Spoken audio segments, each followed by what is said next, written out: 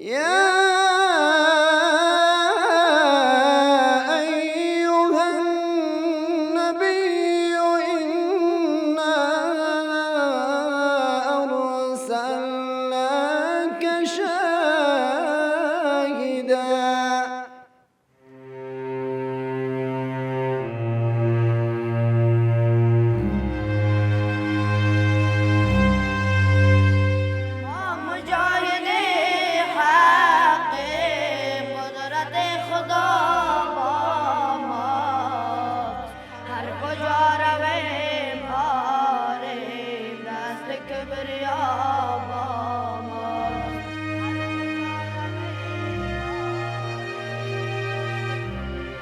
خدمتی ایتام را بکنید که قسم بر رب العالمین خدمتی از یا مستقیم به جنت رفتن است.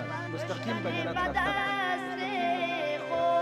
حلقه های زنجیرش زیر پا کنیم پای ما هر دد تصویرش هر دار تصویرش که جناب رسول الله صلی الله علیه و سلم گفته کسی که کفالت یتیم میکنه او با ما در جنت که هاتین مثل همین دو انگشت باشه.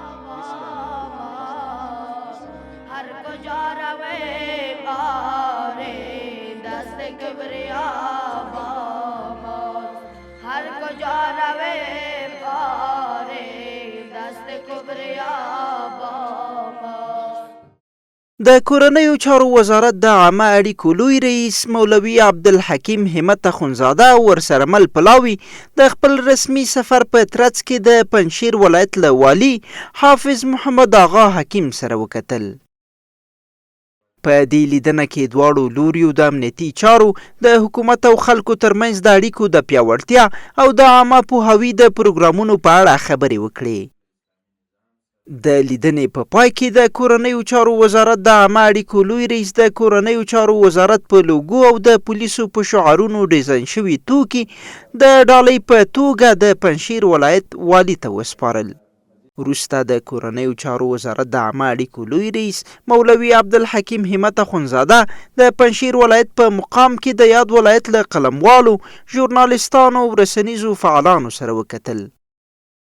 په دې غونډه کې نوموړي د رسنیو فرهنګي شخصیتونو رول مهم وباله او له هغوی یې وغوښتل چې د فکري جګړې په ډګر کې د اسلامي نظام ملاتړ وکړي او د حقایقو د انعکاس، عامه پوهاوي او ملي یووالي د پیاوړتیا لپاره خپلې هڅې لا زیاتې کړي.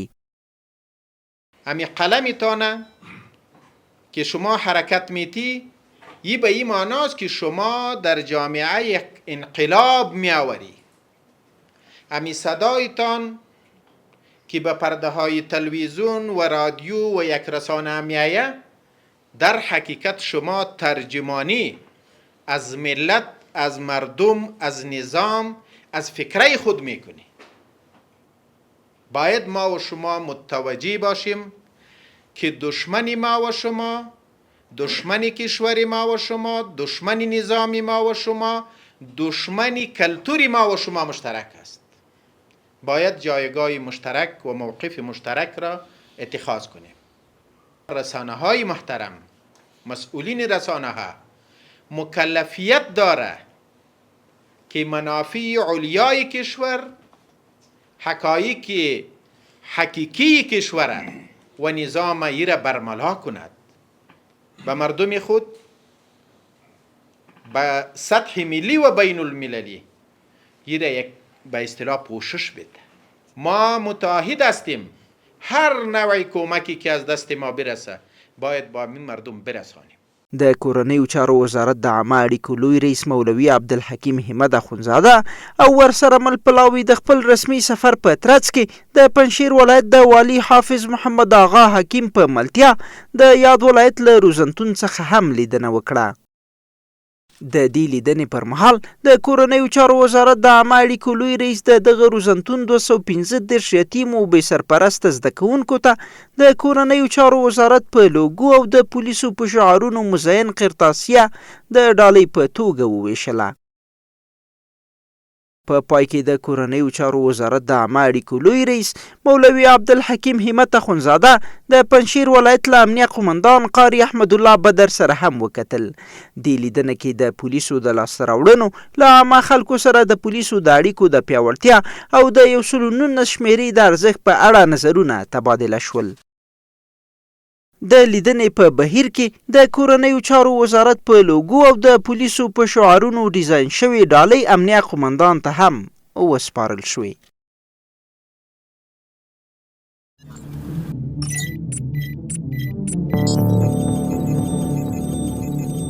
پولیس د ټولنې خدمتګار